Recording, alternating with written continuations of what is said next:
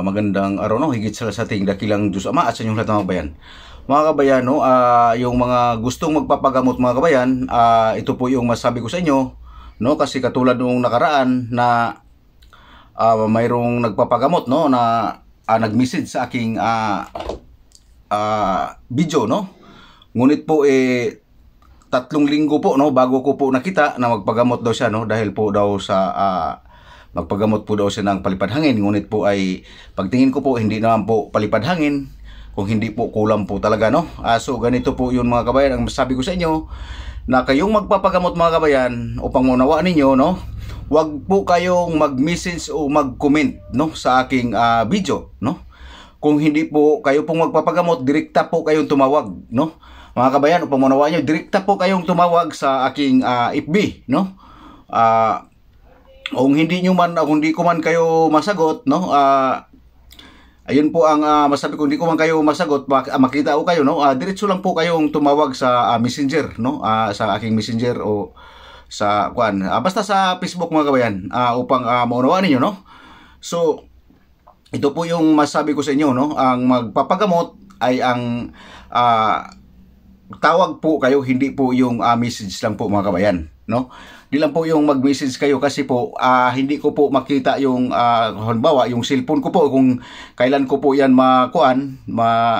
matingnan, kasi po hindi po sa akin kasi ang cellphone lagi sa aking mga kabayan, laging tinitingnan, kundi kasi po ang aking cellphone mga kabayan ay na isang tabi lang po yan, kasi ako po ay computer po, no, ang ginagamit ko palagi. Noon pa man yan, puro computer yan ginagamit, kahit nung una ko pang pag-upload sa video, no, sa YouTube, no, puros po computer po talaga ang ginagamit ko, no.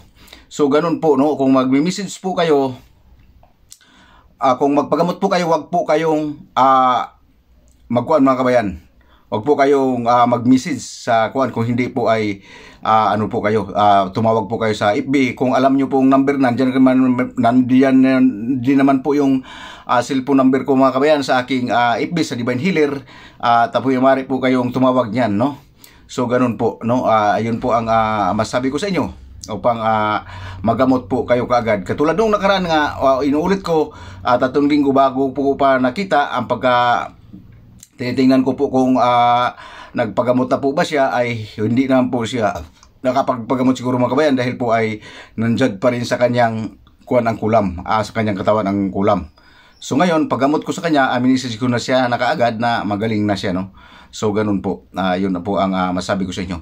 Ngunit mga kabayan, ito po yung pamunawa nyo, ito po yung masabi ko sa inyo, no, na kailangan po talaga nating mapanalanginin, no. Kasi mga kabayan, ito po yung masabi ko sa iyo, sa katotohanan, ang tao ng dakilang Diyos Ama, kusan dumarating dito sa bahay yung kanyang kaluluwa, no. Alam ko na pag dumarating dito ang kanilang kaluluwa, no, kasi alam ko yan, tao ng dakilang Diyos Ama yan. So ganun po, ginagamot ko na po yan kaagad, no. So marami po akong alam ng Ama nakaalam yan mga kabayan. Dahil ang mga tao niya, pinapadala niya rito sa akin yung mga tao niya na may karamdaman, no, tulad ng tinamaan ng mga masamang gawa ni Satanas at ang demonyo, no. Ayan po, pag mga tao ng Diyos Ama yan, ay dito ay dinadala ng Ama dito yan, no. Makapunta rito sa bahay yung kanilang kaluluwa. So ako mga kabayan, nanggagamot ako, hindi sa no, ang wala nang sa bahay. Minsan lang pumunta rito yung magpapagamot, mayroong papagamot, minsan nga di makapasok sa bahay kasi sinabi, patingin ako kuya, sabi ko sa kanya, bakit, mayroon akong naramdaman, sabi ko umuwi ka na, no. Pag dating diyan sa may pintuan namin, sabi niya magpatingin siya, no, sa umuwi ka na, magaling ka na. So ganun lang yung di niya alam kung ano ang karamdaman niya, no. Katulad din mga kabayan, may nagpagamot din sa akin na isang ina, no. Ang kanyang anak na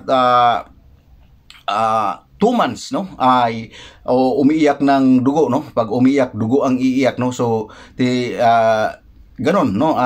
Sinabi niya na, kahit natanong ko saan yung bata, sinabi niya na doon sa kanila, sabi niya kunin ko muna. Sabi ko, wag mo nang kunin, umuwi ka na at magaling na yung anak mo. So ganun po mga kabayan ang gamutan dito, no. So bihira po, ako nang gamot sa bahay mga kabayan, kasi naglagay nga ako ng signboard dyan kay upang sinong gustong magpagamot, magamot, kung hindi rin sila po, din naman sila mga kabayan makapasok sa bahay kasi pag sinabi lang ganito, patingin sila ay sabi ko umuwi ka na at gumagaling na po kayo. So ganun po yun. Pero mayroon pong mga sigurista mga kabayan, walang tiwala sa ating dakilang Diyos Ama, no? Kasi mayroon pong pumunta rito, talagang pumasok mga kabayan sa bahay dito sa bahay, no? Kaya hiningi pa yung cellphone number ko, kaya sinasabi ko sa kanya magaling ka na.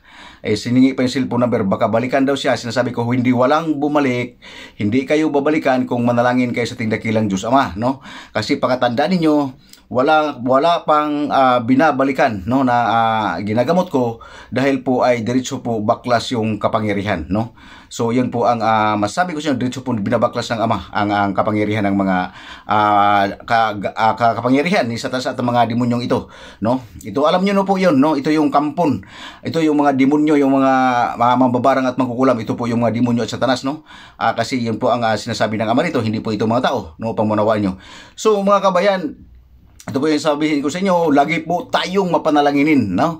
Kasi mga kabayan, kung wala man kayong masumpungan na manggagamot, malay nyo, kayo ang ipadala ng Ama rito sa bahay, padala ang inyong kaluluwa upang magamot. So ganun po yun, kasi yan po ang ginagawa ko rito sa bahay. Pag may kaluluwa rito na pumupunta, no, pinapagamot ko sa Ama yan. Hindi na babalik yan. Kailanman, ilan ang kaluluwa na pumupunta sa bahay, ay hindi na babalik yan, no, pag pinaginamot ko. Kasi tinitanong ko sa Ama kung anong nangyayari, bakit nandito yan. Sinasabi ng Ama na ito ang problema, no, binabarang, kinukulam. So ganun po yun. Ayan po ang masabi ko sa inyo. Mga kabayan, wag po kayong mag-atubili o mahiya, tumawag dahil po ito ay aking obligasyon, no? Dahil po ito ay inano ko to, no? Sinumpaan ko to sa ating dakilang Diyos Ama, no? Wala itong singilan, no? Ito pang manawaan nyo, wala pong singilan dito. Huwag po kayong mahiya, huwag po kayong magtiis sa sakit na ramdaman nyo. Ngunit ito yung masabi ko sa inyo, giging mapanalanginin kayo upang mawala sa inyo ang mga sakit na ito, no? Kasi wala po sa ating dakilang Diyos Ama, wala sa kanyang imposible. Lahat po posible sa Ama. No, ito lang po yung masabi ko sa inyo. So mga kabayan, hanggang dito lang po, magandang araw sa lahat sa ating dakilang Diyos Ama, sa inyong lahat mga kabayan.